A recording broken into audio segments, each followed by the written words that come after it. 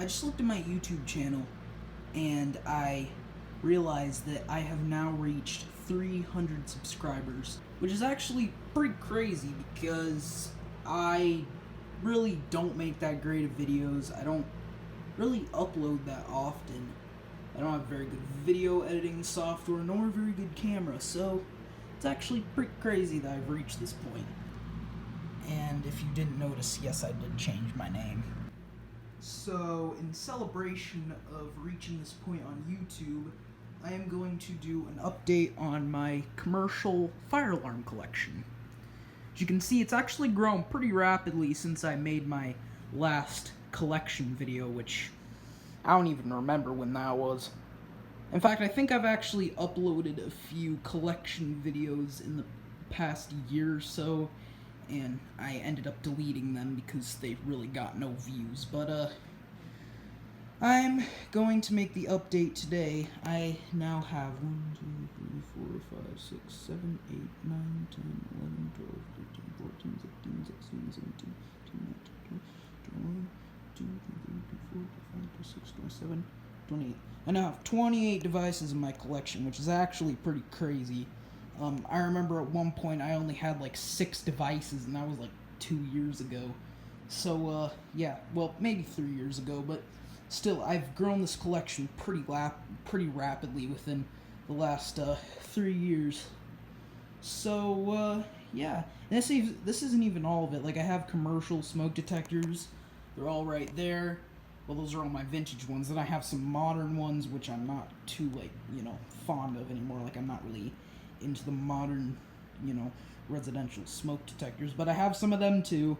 And I have duplicates of a couple of these, which I will get to when I, get to the device that I have the duplicate of. So, yeah, let's go ahead and get started. I pretty much have everything sorted by brand. So, Wheelock, EST/Edwards, Gentex, System Sensor, Simplex, Notifier, IBM, and MISC. So, yeah, let's go ahead and get started. So, starting at the top here, we have my Wheelock NS2415W, I believe. Let's see. Yeah, 2415W. Probably one of the more original notification appliances in this collection. I've had this for about 3 years now. I think I got it in October 2016, so yeah, it was like about exactly 3 years ago. In fact, I think I actually got this on Halloween of that year, so yeah, it's one of the more original NS's from like the really early 2000s, so kind of beeps slower. Probably the same model my school has. My school was built in 1999, I believe, and it has this alarm, so yeah. Next, we have my Wheelock AS24MCWFR. This is a newer AS, so maybe 2010 or so. I'm not completely sure. I've been to several schools that have used this as their like outdoor alarm, and I forgot to mention I've had several schools that have used that as their indoor alarm. So, yeah, this has been the common setup at most of the schools that I've been to. Next, we have my Wheelock HSR Exceeder. This is a newer Wheelock device, and I think it's pretty cool. You can see it's the design of it's pretty awesome. I think it's really, really cool. Next, we have my Wheelock MT. What is the model of this? MT. Ooh, my phone's down to 20%. That's not good. MT24IS. There you go. I might need to get my phone on a charger. This isn't good. No, I'm not going to do that right now. If it gets really bad, I'll put it on the charger. If there's some weird stopping point in this video, it's because my phone died. Ow, I just stubbed my toe. Next, we have my Wheelock 34T24.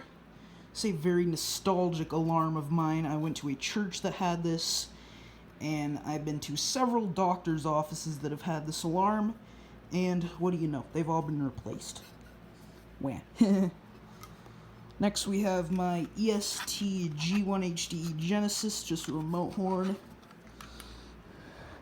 Next we have my EST 757-7AT Integrity, one of my favorite alarms, probably is my favorite alarm.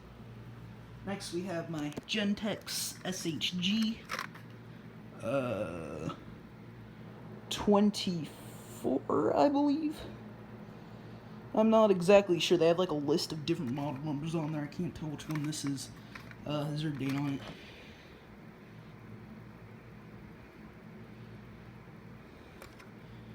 May 1st, 1989. Is that what that says? What does that say? Wait a minute. Oh, there's another number there that I guess has been scratched off. I think that's a 7. That number there has kind of been scratched up. I think that's a 7. So I guess May 18th of 97. So this is an older one. Next we have my blue Gentex Commander 3. It's the only variant of the Commander 3 I actually have. These are commonly used as like emergency exit alarms. GEC B24PWB. I'm gonna go check the percentage on my phone real quick and I'll be right back. Okay, I think we're good for right now. So next I have my Gentex Commander 1. Full model number is HS241575WR. The mounting bracket for this is somewhere, I'm not sure. I think it's actually in my closet somewhere. But yeah, the mounting bracket is not currently attached to it. Just the little plate is. Next we have my Gentex. It's a Gentex speaker strobe, and I almost dropped it. Is there a model on this somewhere? No, I don't see a model, but here's the speaker in the back. This was actually given to me by somebody. Don't worry, I would not buy a speaker strobe unless I actually had input for it, which I don't. This was given to me by somebody, so, yeah. Next, we have my system sensor P2R. Most headache of a sound, pretty much. That's what I call, this is the headache fire alarm. Next, we have my, this is like the newer Spectral Advance. This is the P2RL. It has like an LED strobe. It's also multi-tone. They have like 3 different tones, I think. 2 or 3 different tones. I think 2 tones. I'm not sure. 2 or 3 tones. I'm not completely sure. Next we have my system sensor. Just a little sounder here. It's a what's the model of this? I believe it's MA1224D because it's a sounder only. Here it is. Pretty cool. Of course, they have the stupid jumpers for the tone select. I hate these things.